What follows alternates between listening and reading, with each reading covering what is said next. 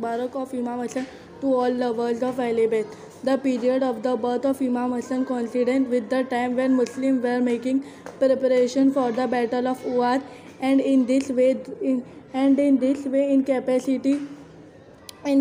the capacity of an innocent child and in his capacity of a positively infallible, he witnessed for the first time the disloyalty of companies when Holy Prophet ﷺ was standing almost alone in the battlefield,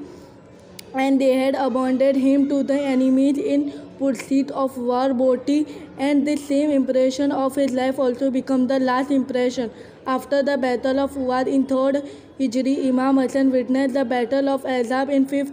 Hijri, where he came to see the weakness and cowardice of companies,